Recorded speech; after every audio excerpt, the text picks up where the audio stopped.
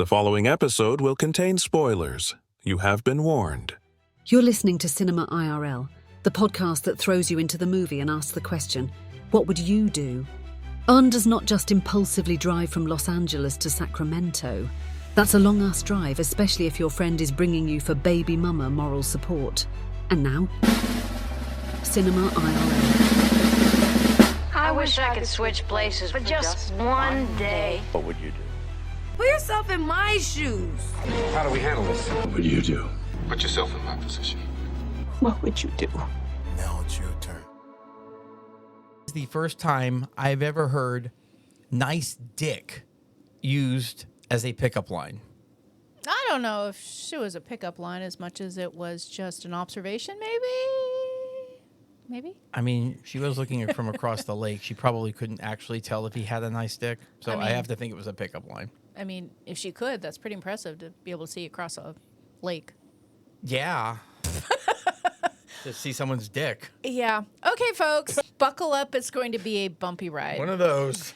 This episode, we are talking about Sacramento. Following the death of his father, energetic and free-spirited Ricky convinces longtime friend Glenn to go on an impromptu road trip from Los Angeles to Sacramento. Frustrated by Ricky's Peter Pan complex, Glenn is encouraged by his pregnant wife, Rosie, to go on the adventure to reconnect. In the worn yellow seats of Glenn's old college convertible, which Ricky bought, the two men confront their anxiety-ridden lives, addressing past mistakes and questioning what their futures hold. I just thought of it. Oh, the original intro you wanted to use? What my original intro Okay. is going to be. Okay, take two. Yeah. Of all the places that I've lived in my life, there's only one state I've lived where I haven't been to the capital city. Oh, and that capital city is Sacramento. There we go. So that's the other. You guys get both intros. Wow. Okay. Well, that's good to know. I don't know if that one was any better, actually, though. So we'll get this out of the way first. As some of you might know from other episodes, we live in the Los Angeles area, and sometimes we wander into just what seems like a regular showing and find out there's some sort of larger audience. And we had this happen with a couple of movies where all of a sudden we find ourselves sitting in the midst of 30 or 40 people who know one of the stars or the writers. Yeah, and it's always interesting because you book these movies like right after they come out. So I'm sure they're kind of looking at the theaters going, okay, well, let's find a theater that's basically empty. Oh, okay, there's only two people in this one. Let's just use that one. And inevitably, we are like the only two people in that theater not in the group. Yeah, this usually happens in one city in particular, but it happened a little closer to home this time. And it made for a very enthusiastic audience because it turned out we were sitting with about 40 of one of the writer's closest friends and family. Yeah, I who loved and laughed at every single line. Yeah, I turned amber at the beginning of this one after hearing the crowd. I'm like, yeah, buckle up. This is going to be one of those movies. Yeah. We're outnumbered. Yeah. So they definitely wanted to give some love and encouragement to one of the writers. There was two writers, and laughed at nearly every line. So yeah. I mean, I thought most of the time they laughed. It truly was funny. Maybe not as funny as they did. Though there were a couple of times they laughed, and I was like, that's interesting. yeah, they laughed over the diabetes ad in the car radio, which was just a diabetes ad. And they laughed when he said, I have to go to the bathroom. And when he touched a towel, they laughed at everything. And nobody laughed when he intentionally backed the car into the no parking zone. Yeah.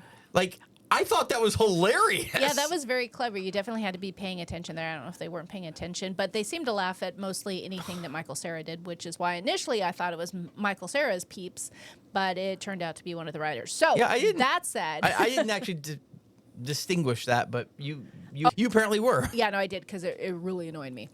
So, long story short, to riff a little off of that very lengthy I think we've already missed the long story short part. Long story medium length. Ricky is flighty. He is not grown up. He wears torn clothes. His hair isn't really clean or brushed. Classic Peter Pan syndrome. Yeah, he's kind of just a fly by the seat of your pants kind of guy who seems to have some sort of childhood connection with our other main character, Glenn. And Glenn just got laid off or lost his job or something, and he has a wife. They're expecting their first kid, and he's got some anxiety issues. Yeah, let me tell you, if you take the most millennial out there and you mix them with just a giant ball of anxiety, you get him.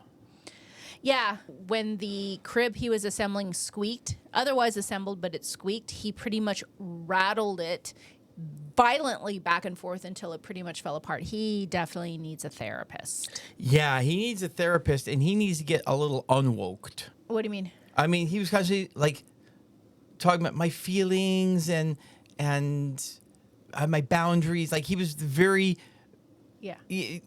millennial. Yeah. So I mean, I'm not Ricky, saying. Never mind. Go. Yeah, so Ricky shows up unexpectedly. Glenn hides from him, basically saying, this is a relationship I've outgrown. I really don't want to see him. I haven't seen him for a very long time. I don't want to be friends with him anymore.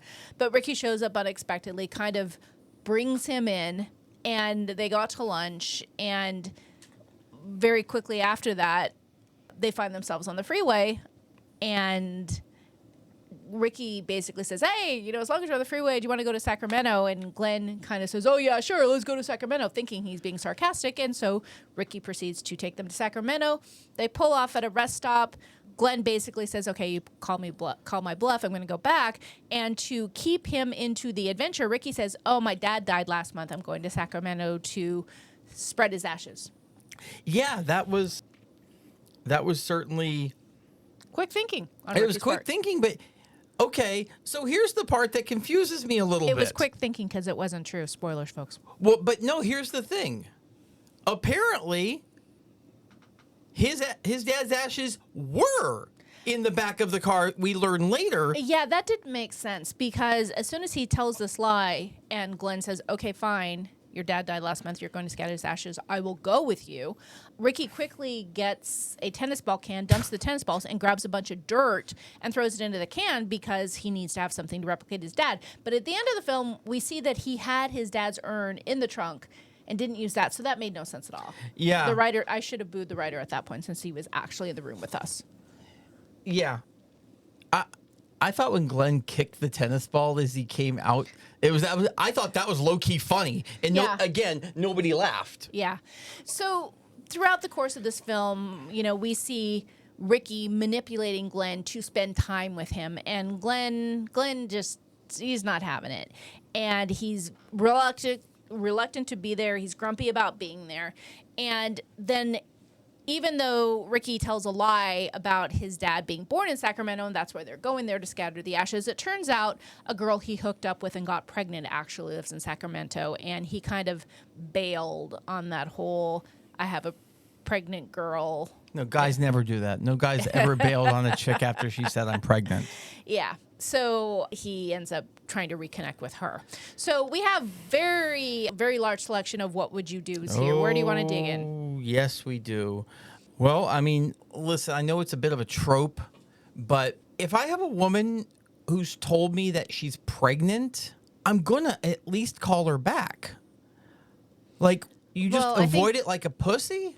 I think what you joked about a minute ago is probably the go-to response for some guys. I don't want to say a lot because I don't know that, but, especially if you're a flighty, undependable person like Ricky. I mean, in fairness, I have heard that told to me.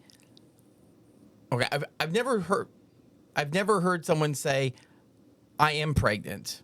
I've twice heard someone say, I was pregnant. And it had complications. It was gone.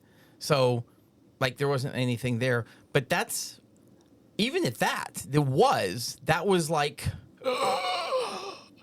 it kind of shocks you. So I guess I understand if, no, there's not a complication. It's actually growing and it's coming and it's going to be your child. And, oh, yeah, it was just someone you hooked up with. So, Yeah, I got the impression, I mean, it was maybe a short-lived relationship, but not just a one-time thing. But they're unclear on that. Yeah, they kind of, they didn't really let us know that too much. It feels like it might have been more than just a hookup, but probably like a week thing. Like they had a fun week, and then Who knows? done. Who knows? So what we do know in the movie is we have our character of Glenn, who is very anxious. He's trying to get a job, waiting for a call back on if he got the job, and No, it wasn't if he got a job. He was employed and fired or laid off. Right, but later in the film, he got a rejection from something he'd applied to. No, that was his actual job laying him off. This is the hardest part of my job. We regret to inform you. Because here's the thing. But If you didn't get the job, you're not going to get a letter that's that long. Well, yeah, you do. So, but we started off the movie with his wife saying, if you don't get this, then you're going to be a stay-at-home dad and I'm going to be the breadwinner. So, Well, so I didn't. It seemed to me like because that's the thing. Later when she said, "Did you hear about the job?" About the job. And he says, "No, I haven't heard anything." She says, "Oh, so that's probably good news." If Yeah. you're waiting to No, to get a job, No, you don't hear anything, Okay. that's not good news. Okay, Mr. Serial Entrepreneur, I don't think you know how job seeking works. If you're waiting to hear about a job and you haven't heard, it means they're still making a decision and you're still in the running. That's how job seeking works. Yeah, not buying it. Because if you don't I hear think- anything, it's because they're No. either they're still deliberating or you're out. Either way, I remember the language. He got fired, and He started off it fired. it wasn't a surprise to him. He didn't start fired, but it sounded like he knew that his head was potentially on the chopping block, maybe for performance, maybe just because of cut downs at the company. But either way, he knew that there was trouble on the horizon. Okay. Anyway, let's get back to the movie here. So Glenn is presented with Ricky on his lawn and hiding from Ricky, and tense that Ricky's out there. So I think something interesting here to explore would be relationships that have run their course, because that is clearly what happened here. Is these? It seems like Ricky was thrown in the pool with Glenn at one point, and in doing so, sent Glenn underwater. He got chlorine poisoning or something like that. So they have a relationship that goes back to when they were kids, don't know what age, and this seems to be a relationship that probably Ricky's hung on to, and Glenn is outgrown. Yeah, I mean, I had one. I certainly had a high school relationship that went, I mean, probably close to 25 years or so. I mean, it had already started to kind of run its course, and when there was Trump talks and stuff like that, that's when I was finally like, yeah, I'm done with this relationship. It didn't matter how good of friends we used to be, because that was a different time in a different place. Now, two people have diverged, and I mean, I am all about holding on to friendships if it's a good friendship, like 100%. Also, I'm totally about cutting toxic people out of my life. If you've been in my life for a long time, you're going to have to be more toxic than average for me to get rid of you. But no matter who you are, literally anyone on my planet, all family included, if you are too toxic, you go bye-bye.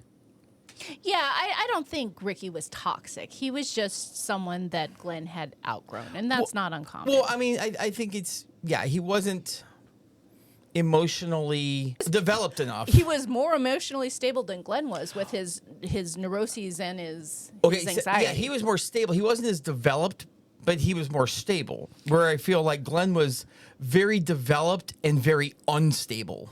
Yeah, so, I mean, personally, I think... How did he get laid? How did Glenn find a wife with that personality? I don't know. I mean, I saw his wife, but, I mean, don't get me wrong, she wasn't exactly a firecracker. But I mean, it was Kristen Stewart. I mean, she's got a following. Well, yes. It was maybe it was just two muted personalities that I thought her personality was fine. it was just muted. It was fine. She was a millennial too, not as millennial as he was, but she had those qualities. Okay. So as I was saying, I think my approach to this is my outlook on it is sometimes you have friends for a reason or a season, and that might be you have something in common with them. You share a hobby, you share an interest. Perhaps it's based on geography, like your neighbors, or you always see each other at your kid's school. There's some sort of proximity there, and sometimes it's history. Yeah. And it's the history ones that can get sticky. I know my mom, she had a friend that she had made in 6th grade, and she maintained that relationship through her late 70s when that friend passed away. And had she met that friend at any point in her adult life, she never would have been friends with that friend. But they shared a common history and adventures from 6th grade on, and did stay in each other's lives through they were like their young 20s, and then they kind of separated a little bit, but they'd always find each other again, and they always knew where they were and could easily pick up because they had that history. And I think sometimes people, even though they don't have anything in common, they keep those relationships, or one person keeps that relationship going. Yeah, and I think when you do have a shared history, it does make it easy to completely fall off the radar for X period of time and then just be able to re-pop up and usually mostly pick up as though no time's really passed. I mean, play catch up a little bit, but... Well, I've seen you do that with friends you know from a long time ago, as you get together and you reminisce about the old times and... Yeah. Yeah. I mean, like if you look at my friends list, I have lots of people from high school on there. I have at least 2 that I can think of from my middle school years for Georgia. That was the age 8 to 13. And I have at least 2 on there that predated that. I have 2 from my North Dakota days. Which is no small feat because Facebook wasn't a thing when you were 8. So at some point or another, you or the other people reconnected. Well, potentially, 2 decades after the fact. So it helped that on the North Dakota one, my parents and their parents were like BFFs. They did everything together. So I think we partially stayed in touch for that reason. But yeah, exactly. I mean, I don't know. Facebook comes around and all of a sudden you're like, who can I find? I remember it just being very interesting. I'm like, oh, I remember them. I remember them. I remember them. And now we've get to the point where like, okay, we've had Facebook now for a good 17, 18 years. We've probably mostly found everyone who we were looking for. If not, Facebook has probably recommended them like 80 million times because that's what they do. Yeah, no, I don't have that. My Facebook experience is much different than yours, and we've talked about how different my feed is than yours. Hashtag barnacles. Yeah. Oh, yeah. We're not going to go there. But no, I've never been served a friend recommendation for anyone I went to school with, grade school, high school, college, not once. Oh, wow. I'm Facebook friends with one person that I went to high school with and one person I went to college from. And other than that, I'm not friends with anybody from those eras. Oh, wow. I'm at least... I've got to be at least 20 deep on college and probably at least 15 deep on high school. See, and I would imagine you probably get served more of those ads because the more people you have in that group, they're friends with other people from the group. I mean, and I'm the anomaly. You're probably the regular, normal person here, and I know I'm not. Well, okay, I know that I tend to hold friendships a lot longer than a lot of other people do. I mean, I've seen that enough. I'm not saying that. That's not to say anything. Maybe I hold on to them too long or whatever. I'm good with it. It you works. Don't break up with friends. Yeah, I mean, I really try not to because let me tell you, the older I get, I realize how damn hard it is to make friends when you are an adult, especially if you're adults like us. Like, I don't work with other people. Yeah. Like, I Well, it's hard for adults as a whole to make new friends because when you're younger, you're put in social situations with others. You're in a captive environment in a grade school. You're in a captive environment in a high school, in a college. You're all going through the same experiences together, so you all can share that of like, Yes. the anxiety of exams or living in a dorm for the first time or getting grounded, not being able to go to recess. All of your experiences are shared, so it's easy in those environments to make friends. When you're an adult, you just don't have those same opportunities. Yeah, I'm kind of 0 for 3 on the 3 things that you would normally, as an adult, make friends with. I have no kids. I have no church. I have no coworkers. Yeah. I mean, those are, if you think about it, as an adult, those are probably hands down the 3 ways you most make friends. I'm not saying it's exclusively, but Yeah, occasionally you make friends, at the yoga class or, some other environment where you're sharing a hobby. But yeah, those are definitely the most I popular. mean, hell, where most of my friends from California came from. Why don't you tell everybody else? Well, yeah, they're people I either dated or tried to date. Yeah, Scott's friends are all former girlfriends or former But- people he dated. In fairness, I don't have a ton of guy friends because guys are just the worst. So my take on Glenn and Ricky is different than yours. And you and I have talked multiple times about friendships and my standards for a friendship versus your standards for a friendship. And Glenn, although Glenn is no prize himself, he quite frankly, if I had to choose to be friends with Glenn or Ricky, even though Ricky seems undependable and completely not together, I think I would rather be friends with Ricky than uptight, kind of intense Glenn. So here's the thing. I'll be friends with both of them, and they'll both serve different roles in my life. I mean, when I need more of a grounding presence, I don't think Glenn was grounding at all. Like his stress and tension took over, rattling. Well, he was, but he was boring as hell. The crib apart, and he stole Ricky and Tally's baby because that he didn't think she was going to be a good mom. I don't want anything to do with Glenn.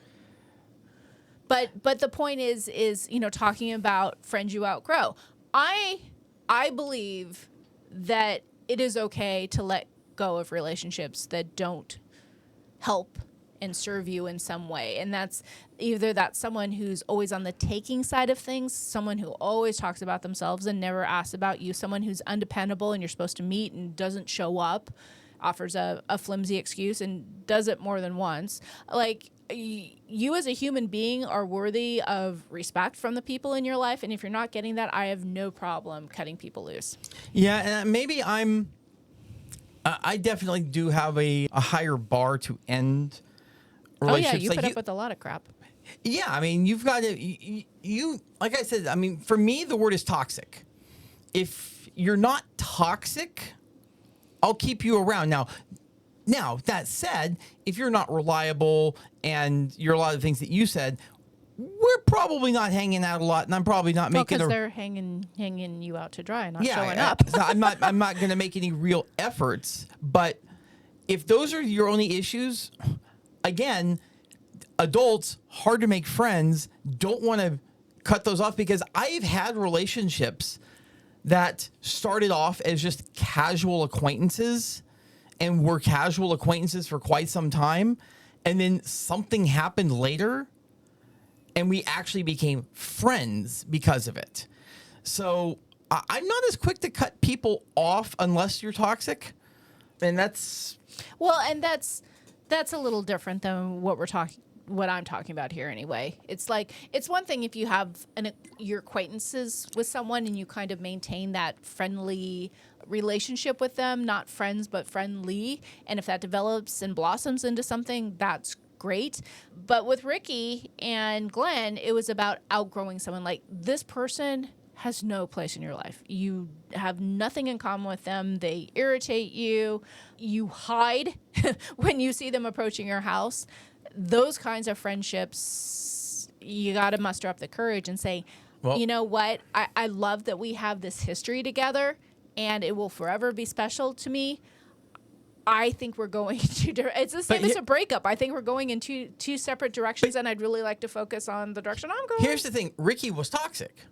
I don't think so. Listen, he intentionally parked his car in a no parking zone and got someone or a parking person to come over there to see it. So he would intentionally get his car towed so they would stay in Sacramento another night, completely manipulative. That dude was toxic. Okay, well, number one, I could see you doing something like that because...